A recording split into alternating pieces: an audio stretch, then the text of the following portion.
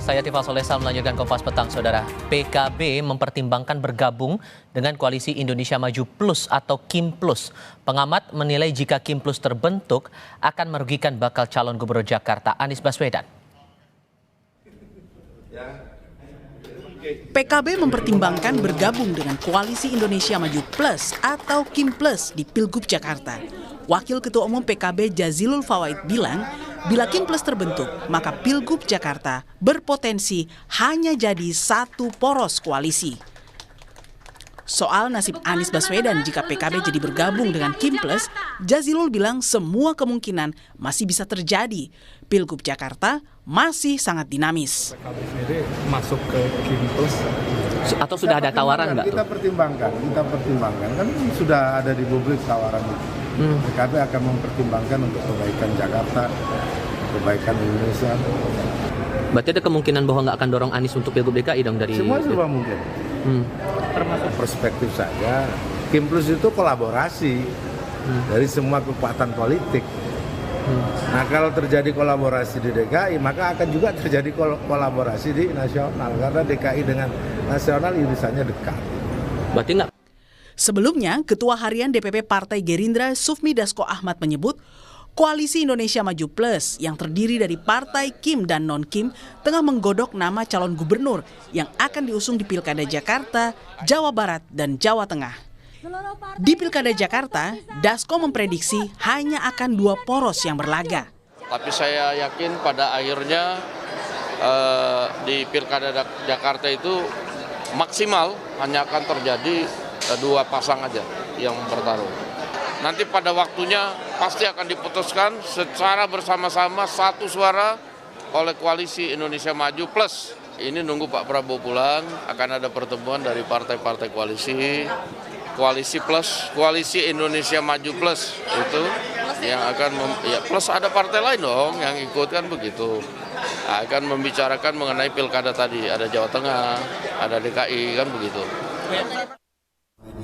Pengamat politik Ujang Komarudin berpandangan, jika perahu besar KIM Plus terbentuk, akan merugikan bakal cagup Anies Baswedan. Ya kalau itu terjadi, maka ini sesungguhnya merugikan Anies Baswedan. Kalau KIM Plus itu kan kemungkinan besar, misalkan PKB akan merapat kan begitu, Nasdem akan merapat, kan itu tuh. Ya kuncinya kalau KIM Plus itu ada pada PKS. Apakah PKS masuk ke KIM Plus? Kalau itu masuk, ya berarti ada perubahan peta. Anies bisa tidak berlayar, begitu loh. Tetapi kalau PKS-nya misalkan masih di luar koalisi KIM atau punya poros sendiri, ya maka dia harus cari partai untuk mengusung Anies agar bisa 20%. Mungkin saja dengan PDIP kan begitu. Karena PDIP saya tidak yakin kalau masuk ke bagian KIM Plus itu. Usai Partai Golkar mendukung Deddy Mulyadi maju di Pilgub Jawa Barat, diduga kuat KIM Plus akan mengusung Ridwan Kamil maju Pilgub Jakarta. Sejauh ini, Anies Baswedan menjadi calon gubernur yang mendapat dukungan partai politik, namun belum terbentuk jadi koalisi. Tim Liputan, Kompas TV.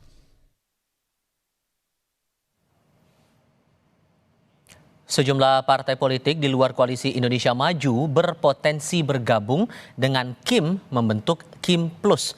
Jika KIM Plus solid di Pilgub Jakarta, tiket Anies Baswedan untuk bisa maju Pilgub terancam. Jika KIM Plus terbentuk, apakah koalisi di luar KIM Plus juga akan terbentuk untuk mengusung Anies Baswedan atau Basuki Cahayapurnama alias Ahok? Kami akan diskusikan bersama dengan para narasumber. Bergabung saat ini Wakil Ketua Umum Partai Golkar Ahmad Doli Kurnia Tanjung, kemudian politisi PDI Perjuangan Andreas Hugo Parera, dan pengamat politik Yunarto Wijaya. Selamat sore semuanya, apa kabar? Selamat sore, alhamdulillah baik. Terima kasih semuanya sudah hadir dalam diskusi kami kali ini.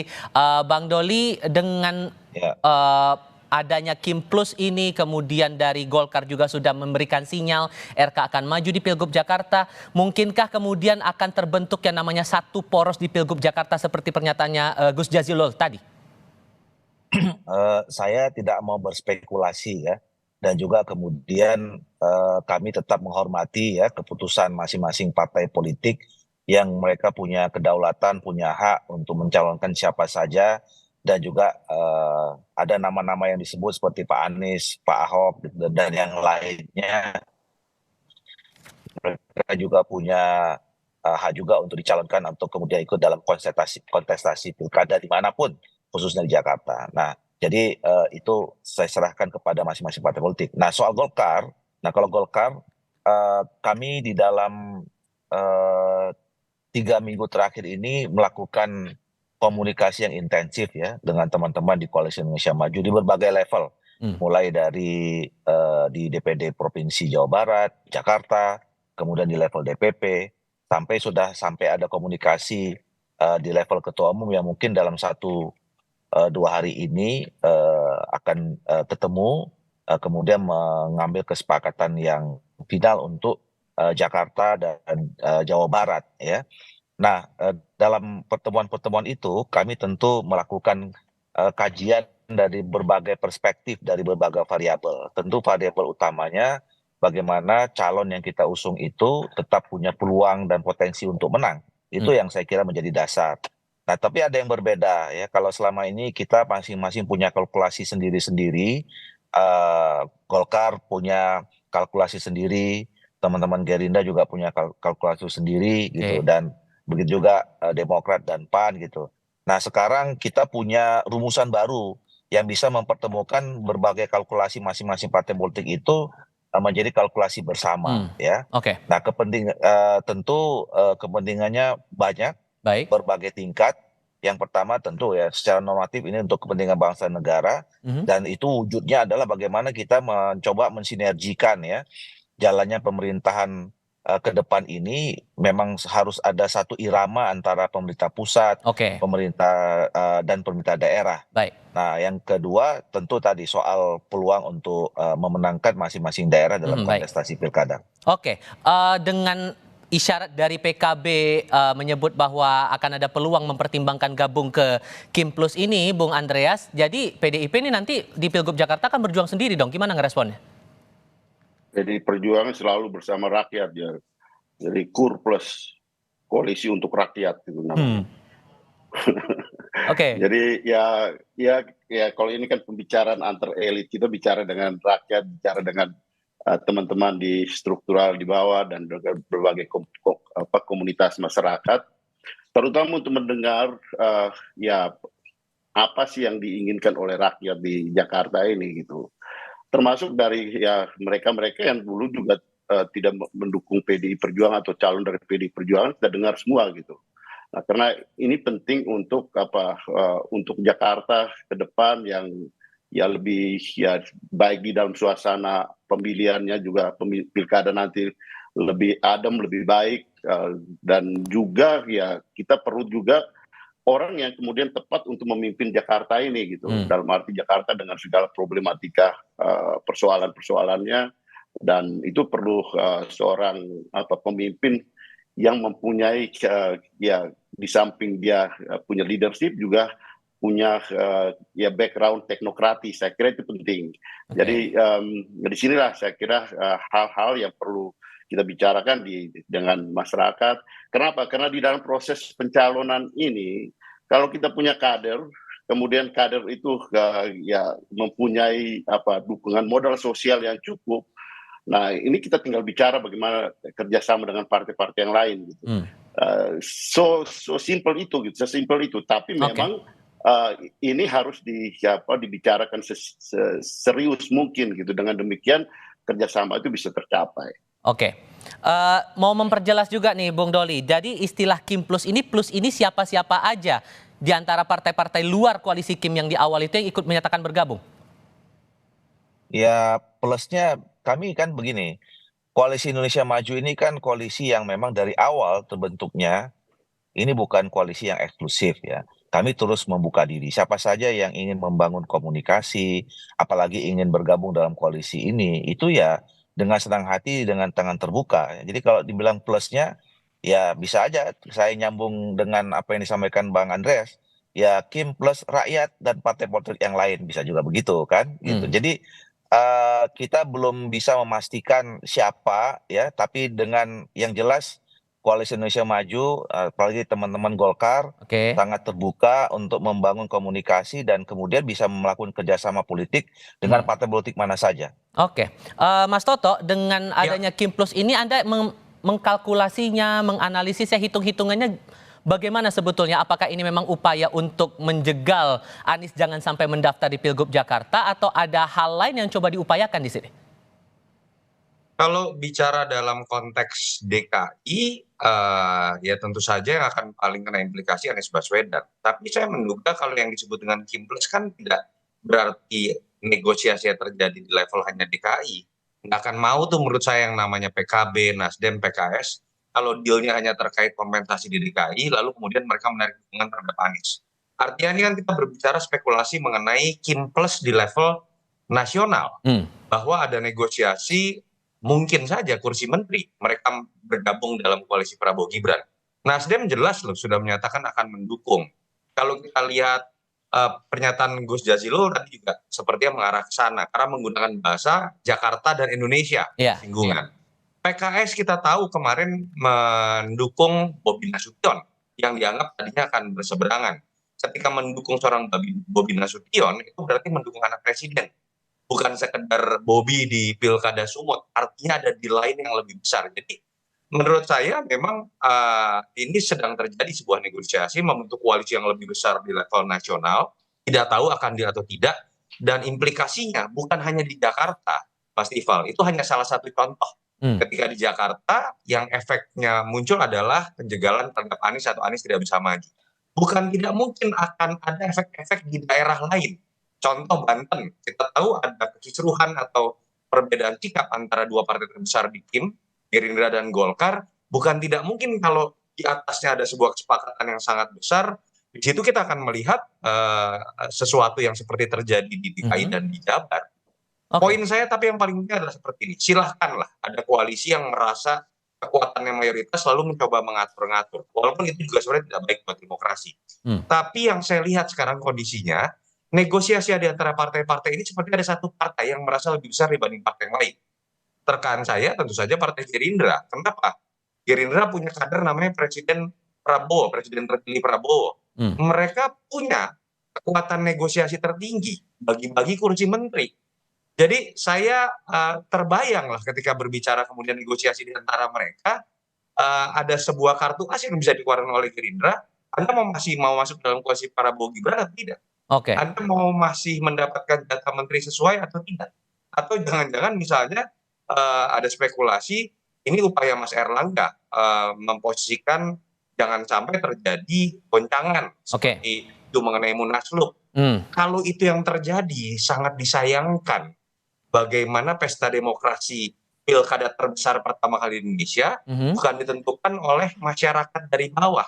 Pencalonannya bukan ditentukan oleh hasil survei yang representasi suara dari pemilih di bawah, tapi ditentukan oleh kepentingan yang tidak terkait dengan daerah tersebut oleh pihak-pihak tertentu yang memang sekarang dianggap memiliki kekuasaan lebih. Kalau melihat posisi dari PDI Perjuangan di Pilgub Jakarta, kansnya akan bagaimana menurut Anda, Mas Soto? Ya, PDI Perjuangan ini kan menjadi lebih mudah dianalisis karena ketua umumnya keras kepala, bahasanya seperti itulah. Sehingga ketika kemudian kita menduga mengenai Kim Plus itu siapa, dengan sangat mudah kita akan menempatkan PDI Perjuangan di posisi terakhir gitu ya. Dan ketika itu terjadi, hitung-hitungan di pilkada mereka akan lebih mudah. Mereka akan menggunakan logika yang tadi Bang Andreas sebutkan. Ada kader yang bagus, surveinya tinggi, dianggap punya kontribusi baik terhadap partai, akan dimajukan. Problem buat PDI Perjuangan adalah ada aturan 20-25% yang di beberapa daerah tidak bisa dipenuhi termasuk di DKI. Jadi kalau bicara kondisi di Sumut, menurut saya PDI akan sendirian melawan Bobi.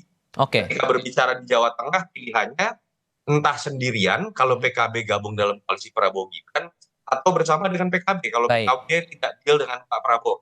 DKI terkaan saya sepertinya juga akan mirip dengan Jawa Tengah. Tinggal PKB apakah masuk ke dalam koalisi Prabowo Gibran atau kemudian ketika sendirian ya akhirnya PDI Perjuangan hanya menonton dan tidak bisa mengajukan siapa-siapa. Ditambah lagi juga sampai sekarang dari PDI Perjuangan Bung Andreas belum menyatakan sikap nih, akhirnya jadinya mau dukung siapa? Apakah betul jadi dukung Anies yang sebelumnya dikatakan Mbak Puan potensinya untuk dicalonkan nih 50% ke atas. Jadi gimana ngerespon ini? Jadi ke saya nih ya. Iya, Bung Andreas silakan. Oh ya, itu tadi kalau dari proses yang berjalan sekarang, sebenarnya saya mau membahasakan seperti yang tadi Toto dengan sangat cerdas membahasakan tadi gitu. Tapi kan ya sebagai partai tidak perlu saya menyinggung yang lain gitu. Tapi konteks yang sekarang terjadi kan ya seolah-olah semuanya diatur oleh elit gitu kan. Elit itu bisa mengatur semua dan menempatkan semua ini untuk ada skenario besar yang berkaitan antara pilkada dan dengan nasional gitu ya, antara pemerintahan di daerah nanti di provinsi terutama dengan pemerintahan nasional, terutama di daerah-daerah tertentu ya. Upaya-upaya itu kan yang kita lihat sekarang gitu. Ya PDI Perjuangan dalam posisi kami memperhatikan itu, Tapi yang penting kita juga melihat bahwa di dalam proses berjalan kita yakin bahwa pasti kami punya teman dalam arti teman melihat pada persoalan lebih ke bawah, dalam arti lebih ke menghormati pilihan rakyat, menghormati suara rakyat, menghormati proses demokrasi yang terjadi di level pemerintahan atau di level pilkada ini. Gitu. Nah, saya kira ini satu poin yang sekarang ya PDI Perjuangan secara tidak langsung kami berada pada posisi seperti itu gitu. Kalau tadi Toto mengatakan bahwa di Medan ada upaya untuk membentuk koalisi besar, kemudian ya kita ada teman yang kemudian akan bergabung. Tapi dengan Kim Plus ini merasa terganjal tidak PDIP dengan posisinya sekarang di Jakarta? Saya kira itu hak dari teman-teman Kim dan plus-plusnya itu gitu. Tapi ya kalau kami, seperti yang saya bicarakan tadi gitu, kita yakin bahwa kita punya kader yang mempunyai kesiapan untuk maju. Nanti kita bicara dengan teman yang mempunyai pandangan yang sama untuk ya bagaimana kita ya bicara dengan rakyat, menyampaikan positioning kita kepada rakyat. Baik. Saya kira itu jauh lebih penting untuk ya pengembangan proses demokrasi di tingkat pilkada ini, dan kemudian untuk ke depan bagaimana membangun satu pemerintahan yang lebih sehat lah. Ketimbang semua harus diatur oleh pada level ya itu tadi ya seperti Toto sampaikan bahwa seolah-olah semuanya diatur oleh ya kalau dengan bahasa yang lebih ini ya oligarki elit politik di Republik ini gitu. Mas Toto, singkat saja, kalau kemudian Anies masih dapat tiket untuk bisa maju ke Pilgub Jakarta, sejauh mana kansnya nanti melawan RK? Ya, saya melihat peluang Anies, tantangan Mas Anies lebih kepada dapat tiket atau tidak, karena di atas kertas dia masih unggul selisih paling tidak di atas di 2 digit ya dengan Ridwan Kamil. Walaupun apakah serta-merta hasil survei juga bisa dijadikan pijakan, saya pikir tidak. Karena kita bicara secara real, demokrasi di Indonesia itu bukan sekedar membaca partisipasi, persepsi publik. Ada yang namanya mobilisasi, yang seperti kita lihat di Pilpres, itu bisa dengan mudahnya mengubah hasil suara, apalagi ketika ada calon tertentu yang akan di backup oleh kekuasaan, baik itu dari sisi finansial, baik itu dari sisi birokrasi, baik itu dari sisi aparat, yang semoga tidak terjadi lagi kontroversi dalam pilkada seperti apa kita lihat dalam Pilpres. Jadi peluang Mas Anies di atas kertas tinggi, kalau dapetin tiket ya, menurut saya peluang dapet tiketnya pun sekarang sudah di bawah 50%, tapi andai kata pun dapat tiket, melawan siapapun yang di backup oleh kekuasaan itu bukan sebuah hal yang mudah.